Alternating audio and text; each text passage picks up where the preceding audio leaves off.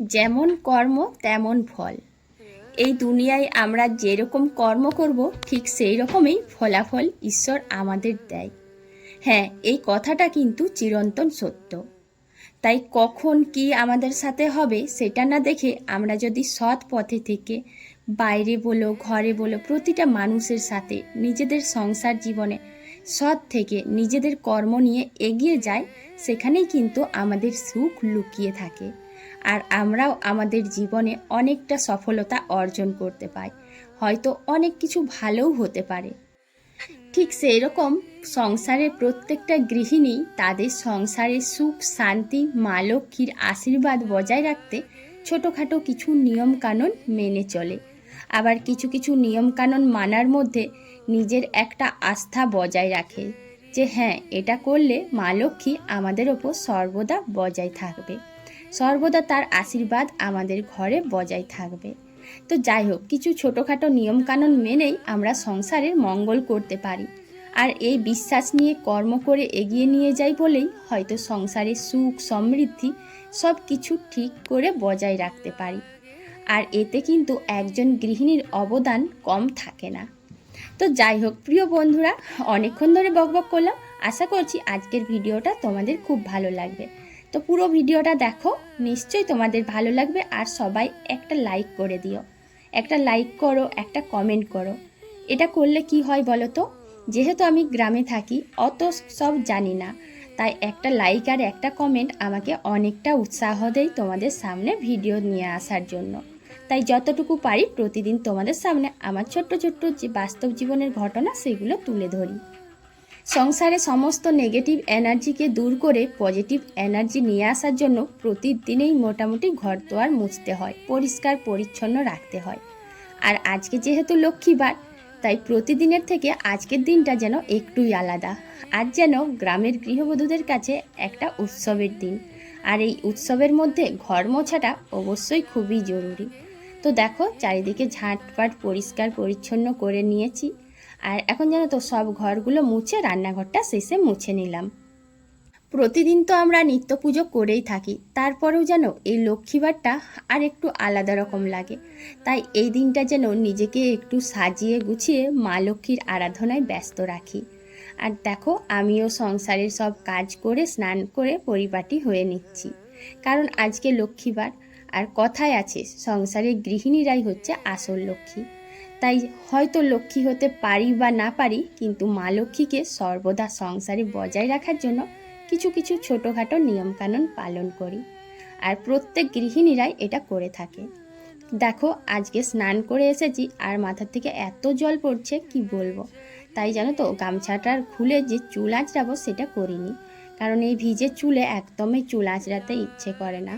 তাই সিঁদুরটা পরে নিলাম। তো প্রিয় বন্ধুরা, অনেকক্ষণ ধরে বকবক করছি, তোমাদেরকে তো এটাই বলা হয়নি।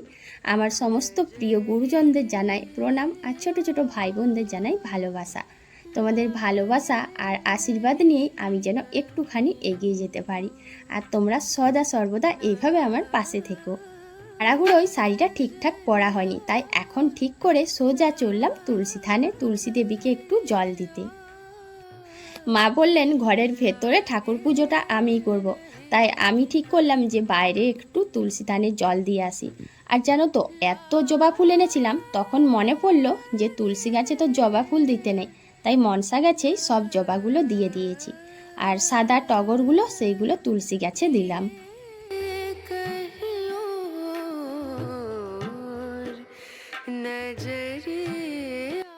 আমরা প্রত্যেকেই সংসারের সুখ শান্তির জন্য পজিটিভ এনার্জি বজায় রাখার জন্য মা লক্ষ্মীর আশীর্বাদ পেতে কিছু নিয়ম পালন করি, কিন্তু তার মধ্যেও অনেক কিছুই আমরা জানতে পারতাম না।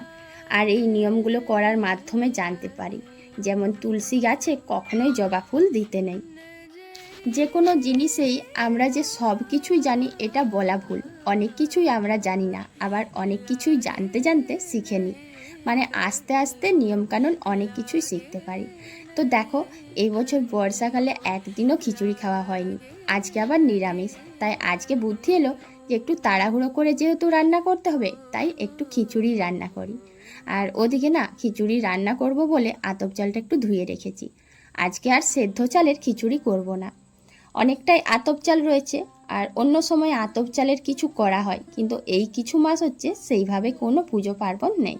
তাই এতটা আতপ চাল নষ্ট হয়ে যাবে ভেবে খিচুড়ি বানিয়ে নিচ্ছি।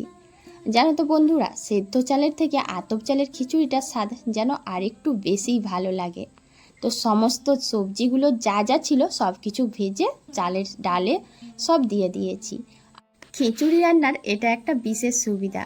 খিচুড়ি কথায় আছে না, খিচুড়ি রান্না করব, যেন মনে হচ্ছে ওটার সঙ্গে সব কিছু মিশে আছে। তাই সব কিছু সবজি একসাথে দিয়ে দিলে যেন খিচুড়ির স্বাদটা দ্বিগুণ বেড়ে যায়।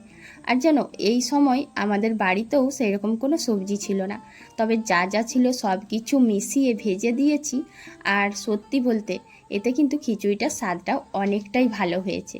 তো দেখেই বোঝা যাচ্ছে যে খিচুড়িটা অবশ্যই ভালো লাগবে।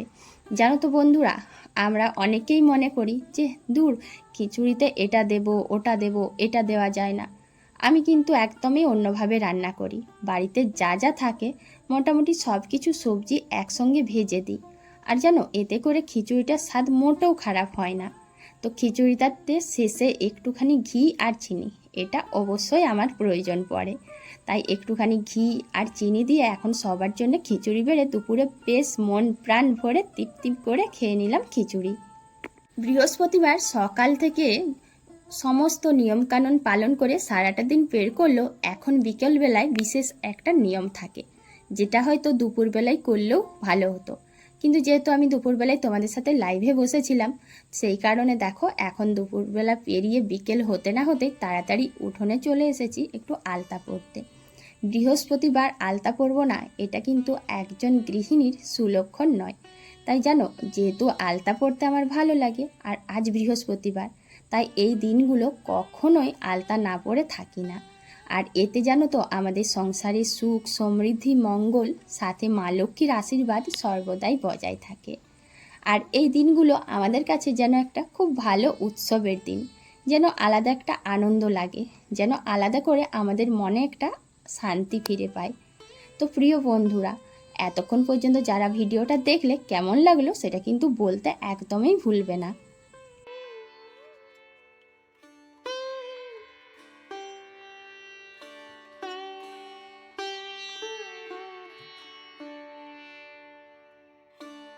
এর ভিডিওটা এখানেই শেষ করছি।